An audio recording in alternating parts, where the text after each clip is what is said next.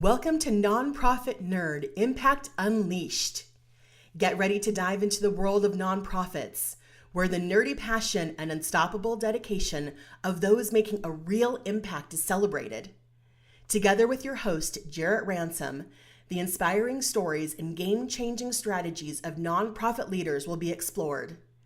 Join us to unravel the mysteries of successful fundraising, uncover the secrets to effective advocacy, and nerd out over innovative approaches to solving social challenges. Nonprofit Nerd Impact Unleashed is your go-to podcast for no-nonsense discussions with real-life superheroes of the nonprofit sector. Get ready to unleash your inner nerdiness and discover or rediscover how to change the world together. Now let's dive in and embrace the power of our nerdy side. Welcome back, my fellow nonprofit nerds. I'm thrilled to welcome you back and to kick off season 4 with our very first guest, Alan Frost. Alan is a true rock star in our local community, and I had the pleasure of meeting him a few years ago through YNPN, which stands for Young Nonprofit Professionals Network, and that's here in the Phoenix, Arizona area. Every conversation with Alan has been a treat, and this one was no exception. I really enjoyed diving deeper into how he dedicates his time to the nonprofit sector, not just professionally, but also as a passionate volunteer. And a big shout out and heartfelt thanks to Nonprofits HQ and Chazen & Company for sponsoring this season and making these insightful conversations possible. Now, let's dive in and hear the inspiring stories and insights Alan has to share. Well, hey there. I am so glad to have you with us today. You know, as we were just talking before I hit record, Alan, I cannot believe season 4 is here, and to have you in this conversation, I have felt so privileged and blessed to have so many amazing nonprofit leaders, or nerds, as I like to give that compliment freely, have really been willing to have this conversation with me about navigating wellness. And I'm thrilled to have you here. Truth be told, when I met you, Alan, I was a huge Alan fan because there was just something about you, your energy, your drive, your charisma. And I was like, this person is going places. So I would love to start off really by asking you, what are some of the names that you go by? I've obviously dropped one of them now, but who are you in this big wide world? What are some of the responsibilities that you take on? And just overall, how would you describe yourself? Yeah, well, thank you so much for having me. I'm so thrilled to be here, and I love, getting to meet you and growing that connection. As you mentioned, yeah, I'm Alan. My family likes to call me Al. Um, that's one of those nicknames there. First and foremost, I'd say I'm a son. As an only child, that's a really big role. Okay. And I truly value the strength of my relationship with my mother. Um, Other than that, I am a cousin, a grandson, a partner, I'm a neighbor, a friend. Um, Professionally, I do development and finance for Ryan House. Um, and I'd say also I'm a board member for Young Nonprofit Professionals Network and board president. That's another one of those. Yeah, I'm a volunteer. I love volunteering at different organizations in the Valley. A leader. Lately, some people have been referring to me as a mentor, which just feels so strange, but I've been embracing that too. And I think one of those names that I really find dear to my heart is an advocate. There aren't a lot of people who look like me and share my identities working in this space. And so I strive to represent different groups and continue to open doors as much as possible and be authentic too. Yes, fantastic. Now I think the listeners are really like, okay, I get it. I know why you were so just blown away by this person. Fantastic. I love all of that. I love the advocate. I love the shout out to representation. And it sounds like you are wearing a lot of hats, which I realize 20 plus years into my career of the nonprofit sector, we stack hats like no one's business, right? Like if we were to wear all the hats that we wear out in public, we would not clear door frames. We wouldn't get into garages, right? Like there's so many different things that go into that. I want to ask you a little curveball on this. Like, what are some of your favorite hats, right? Like, if you could pick out just a select few that you really enjoy wearing, you really enjoy serving in that capacity, like what are those hats for you? Yeah, I mean, I completely agree with you. I think we all wear several hats, and especially when you're so passionate about the work you're doing, it's hard not to say yes. It's hard not to try to learn a new thing and try to advance the mission as even greater. Um, Favorite ones. First thing that comes to mind is a sounding board. I think when we think of collaboration, we often think of like strategic ways to do that, and when we think of teamwork, we think of how what tools we're doing and what resources are available for that. And um, I found that just being there, just listening, has created the best opportunities to really kind of innovate and get involved and connect with someone else. And so I love that. I love a good brainstorm session. I'm constantly telling my team, call me at any time and we will go through it. So I will listen. So I think that's one of my favorite hats. I love like the getting into the social media and marketing space as well. I think that that's something that never really falls right within what I do, but I love taking those tasks on, and I think it's just such a big space. So I love the room for growth there. Yeah, awesome. I love the marketing too. That's something that for me in my career, it's really been woven in. My undergrad is mass communications. So I think maybe I just gravitate towards that, but I think that would be a similar hat as yours. Like I would wear that one if I got to choose it. Well, again, back to the hats, like, oh, there's a lot going on. There's a lot on your plate. YNPN that you mentioned, Young Nonprofit Professional Network, that is a national organization, and you are one of the key representatives for the Phoenix chapter, and that's exactly where we got to meet. I would love to know, like, what are you doing with YNPN? What are you seeing some of these other leaders in that space doing when it comes to, professional commitments and personal commitments? The Y in YNPN stands for young, but my understanding is that's not necessarily based off of our birth certificate, right? Like it kind of comes in all shapes and sizes. But I'm really curious what you're seeing and hearing, and also experiencing for yourself. How you're handling all the things from both personal and professional commitments. Yeah, you're absolutely right that young, it means young in a lot of ways. I have people that are, I'm young to development, I'm young to Phoenix. And so I definitely think that we we get creative with that word. And so yeah, I think that I'm seeing a lot. I think that people are starting to kind of dive more into looking at networking and looking at professional development, not just in the traditional sense of, okay, I got to go to this networking event, I got to go to this mixer, I got to go to this conference or webinar, but what do I enjoy doing? How can I do professional development in a sport or just, being a part of my, whatever it is, all of those passions that we have, how can I grow that way too? And so I'm seeing a lot of that. We have events and stuff where we just did a book exchange, and it was such a unique space because it wasn't just here's a bunch of people in a room with and having a happy hour, but it's we all enjoy reading. Okay, let's come together and share that passion and talk about what books have really changed our life. And so that's been one of my favorite trends in this space is really just, hey, if it's not working, if we're all kind of uncomfortable with the traditional networking, then let's change that. Let's move towards what we really feel passionate about. Um, as far as kind of juggling a little bit of everything that I think it really does go into blurring the lines a bit between our personal and professional lives.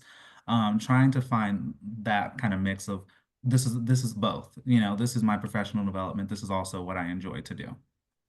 Yeah, I love that book exchange. I saw the invite, and truth be told, I'm not a big reader. I am a big consumer of books by the way of audio, right? Like that is usually where I get my content. I have a really hard time sitting down to read, but I love turning on a good audiobook when I'm driving.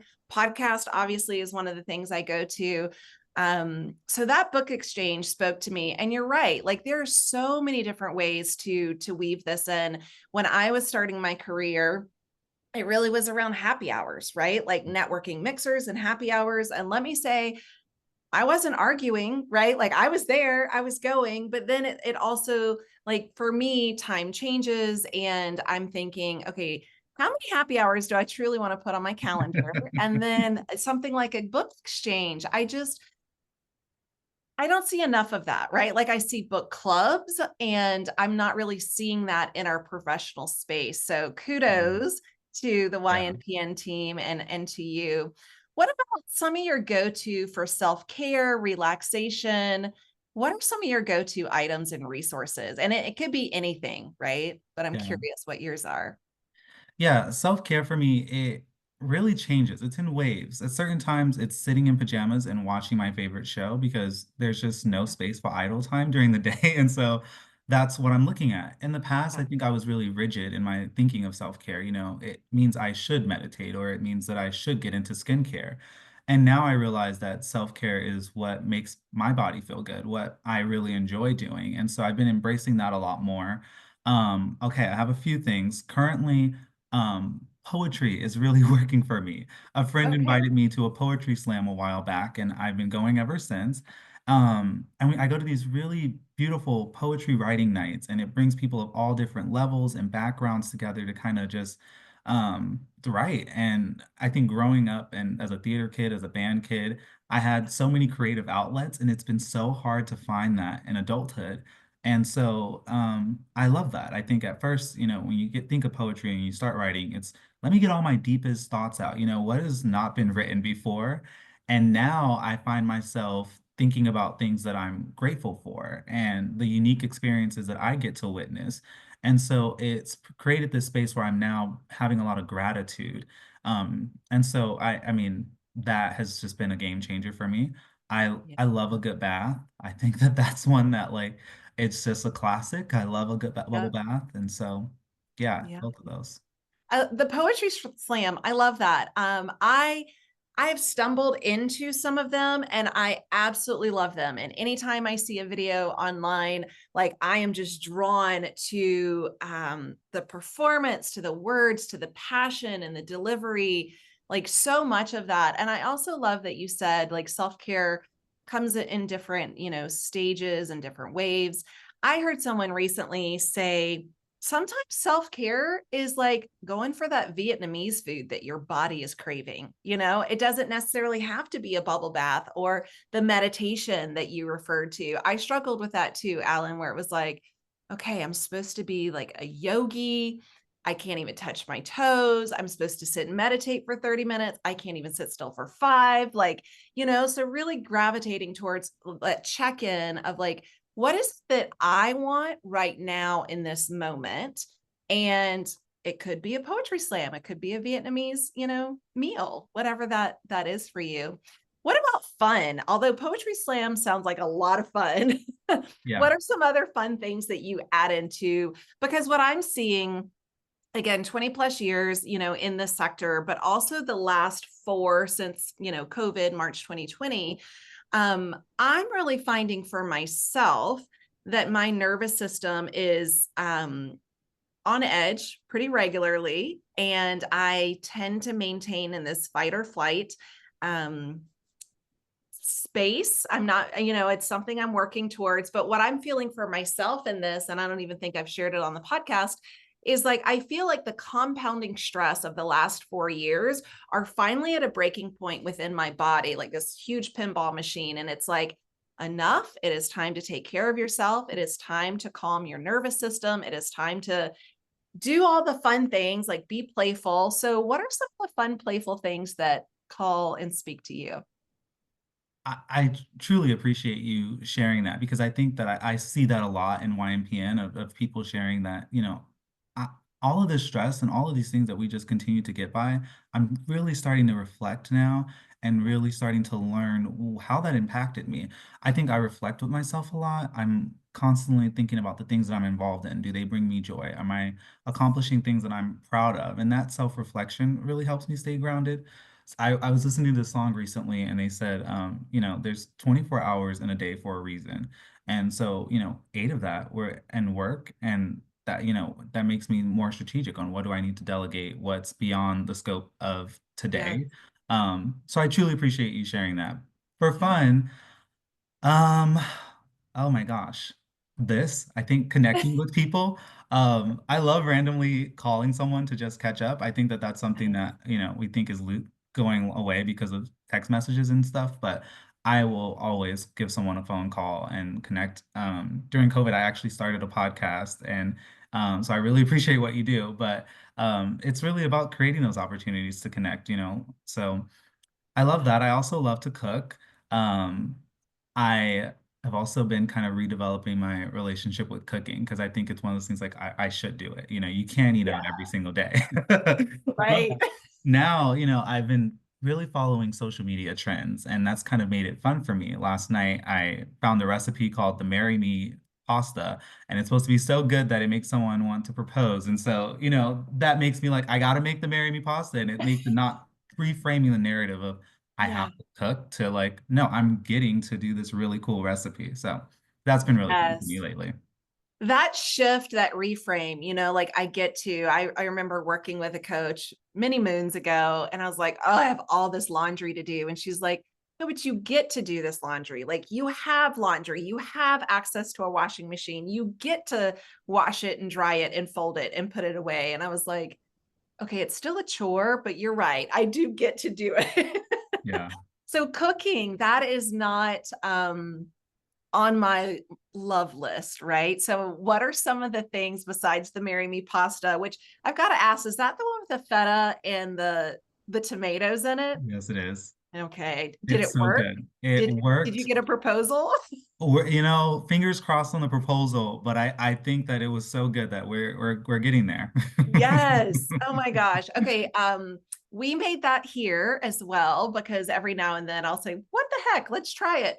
My only tip was to add protein into it, right? Like add some like blackened chicken or something on the top. That to me was like, okay, we're gonna add that to it next. So what are some of your other playful experiments in the kitchen that you're working on now? Oh my gosh. I mean, it's fall, so I've been trying to do a lot more stuff with pumpkin. Okay. Um, I just made like a pumpkin banana nut bread, which was so good. And I don't bake a lot, but I've been trying to kind of experiment there. Yeah. Yeah, I think honestly, anything that kind of just catches my eye. I'm really into healthy eating, and so minus the banana and the pumpkin, but I've been really into healthy eating, and so that's been good to me. Really being more intentional about what I'm putting in my body and what yeah. So I enjoy that too. Well, and I imagine that probably goes into how you manage your well-being. Is your diet, and I don't mean counting calories for those of you that assume a diet means, like a Mhm.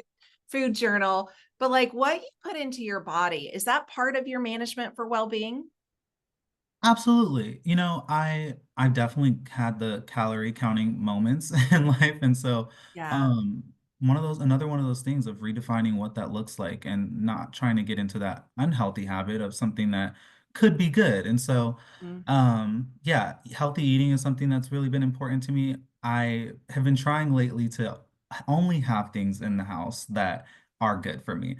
So Right. there are no unhealthy snacks. Those aren't even options. So unless, it's 10 o'clock at night and I'm deciding that I'm gonna go to the store, I'm eating Yeah. this, broccoli. Right. Right. So that's a big part of it. I think I can't stress how important sleep is. Mhm. And especially like I think we think, oh, we're not getting the 8 hours of sleep, and that's something that people go for a goal. But I've also kind of learned that everybody is different. Yes. And sometimes I think I need more than that 8 hours of sleep. And so just kind of listening and being in tune with myself has been something that I do for kind of managing my own well-being, checking in on how I feel. Are you a napper? Do you like to take naps? No, I've really gotten out of that. Okay. No, no, no, no. Oh, I'm a big napper Yeah. when my schedule allows, right? And I'm all in for sleep. And people are like, I can't believe you get 8 hours. And I was like, girl, I'm looking for 11. Like, I'm not even kidding. There are some days, actually, this last, I think it was Saturday, maybe Sunday, I forget. I went to bed super early. I woke up 8:30, right? But I got a good solid 11 hours and it was bliss. So I'm right there with you on the sleep. Yes, I envy those days. I Ah. think about them all the time. No, In the I would in the love to. distance, maybe in the Yeah. future too, but I yeah. would love to definitely get to take naps, but I think I ended up just being so tired or so awake at night, and then it just kind of throws off the whole sleep cycle. I've been learning a lot more about the circadian rhythms, and so not I realized that even not eating at a certain period of time affects that, and so Yeah. um, yeah, I really like, I think when you said managing my well-being, I really like staying informed. And I think it's so hard because now we're learning that there's so much out there that's bad for you. And so I think you can kind of go through one article that says that water is great for you, and the next article's like, no, don't drink water. So it's so Right. hard. And one thing that's been helping me is what feels right. This, what makes the most sense to me, what I enjoy doing. Yeah. Um, that's been really, really key. Staying informed is fantastic. I find myself like, how do I stay informed with the changing times? Mhm. Water is good for you, but not cold water. You must drink room temperature water, right? And like, you should do some infused water. And it's like, oh my gosh, there's so many things to think about a simple beverage like water. Yeah. So, what are some of those informing articles, resources? Where are you getting this information? Where do you find it best for you? That's a really great question. I think it finds me. Okay. And I would also assume social media. I mean, I'm Yeah. guilty of that where like I'm just scrolling, maybe, intentionally, maybe unintentionally. And it's like, oh, let me go down this path and see what it is. So are you finding some there or maybe they're finding you on Again, yeah, I think they're finding me. Sometimes I think I'll like look up a specific recipe and then I'm getting everything about why, this ingredient is really good for you on my algorithm. So that? social media is really good. I think a big starting place for me is talking to people and kind of trying out what works for them. Like I had someone tell me about these immunity drops a while ago, and they like it changed the game for me during stressful time periods of just like, having something there. And I think there's some credibility to having someone that say, this is what's working for me. And it gives you another opportunity to connect that you don't necessarily get from social media. Yeah. I think, yeah, actually, I changed my answer. I don't think it's as much of social media as much as it is hearing from people. I'm thinking about some of my most recent things, and it's been from people telling me this is really great. And I'm like, okay, let's do it. And then hey, that really worked well for me. Or you know what? I Yeah. found a different brand, and that's even better for me. I love Yeah. it so much And you're good because you can change your answer. That's the beauty, right? Like that's the beauty of life. That's the beauty of these conversations.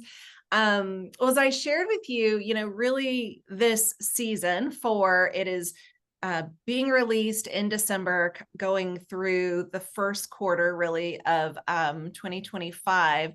So, what tips would you give to our listeners that might be finishing up like end of year fundraising? We're in the holiday chaos, right? And we're also starting a brand new year. So, is there anything like final words of wisdom or advice, Alan or Al, that you'd like to leave our listeners when it comes to, managing stress, managing overwhelm, managing multiple commitments and deadlines, knowing that we have the holidays and then we jump right into a brand new calendar year, which often for our nonprofit friends, those are like they're intertwined and there's no rest. So, what would you share with your peers? I went to a conference this year and I learned about incorporating Tai Chi in the workplace. And Ooh. that has been so, so, so valuable to me. So there's this one pose, and I don't know the name, but it's like a tree trunk pose. And so you imagine yourself as a tree, you are rooted into the ground. And Tai Chi has a lot about the energy flowing from the earth and back into you. And so you're sturdy and you're also nimble, like a willow tree.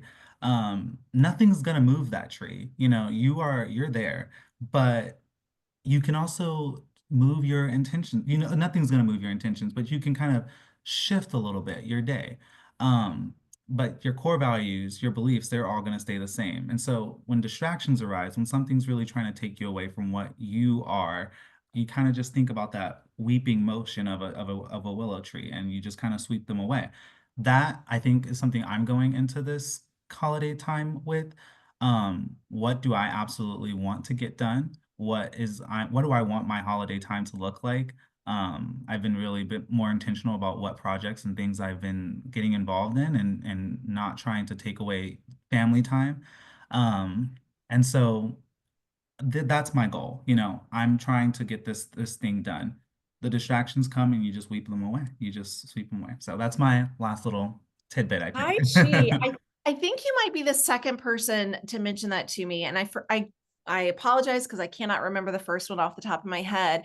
Do you stand up at your desk and do it? Does the entire office kind of do this during a staff meeting? Is this privately done? How is that being incorporated? I'm really curious. Yeah. Yes, I stand up. And not Yeah, thinking about it, my coworkers are like, "Oh, that's what you're doing." But right. I will do it in the middle of my desk. I mean, when I first started, it was one of those things like, okay, no, I'm not gonna just be doing these, but I'm gonna go to the restroom or something. But no, I will. And I think that I hope that someone sees and is like, what are you doing? And I'm like, hey, let me share this with you. But I think it's something that, especially in the workplace, in the moment, helps you to evaluate what's going on, focus, center yourself, and think about, what am I trying to get done in this day? What do I want to get out of this day? And that, yeah, it's really helpful. I recommend it to everyone.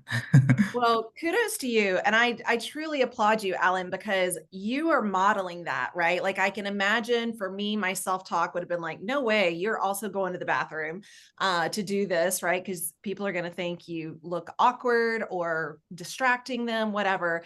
But really, you're modeling it, and you're modeling these resources and tools for regulation and coping and just overall, stress reduction. So I think that's fantastic. And I hope more people will absolutely do that. As we wrap up the conversation, it goes so fast, and you have given so many great, tangible, practical tools for so many of our listeners. Thank you.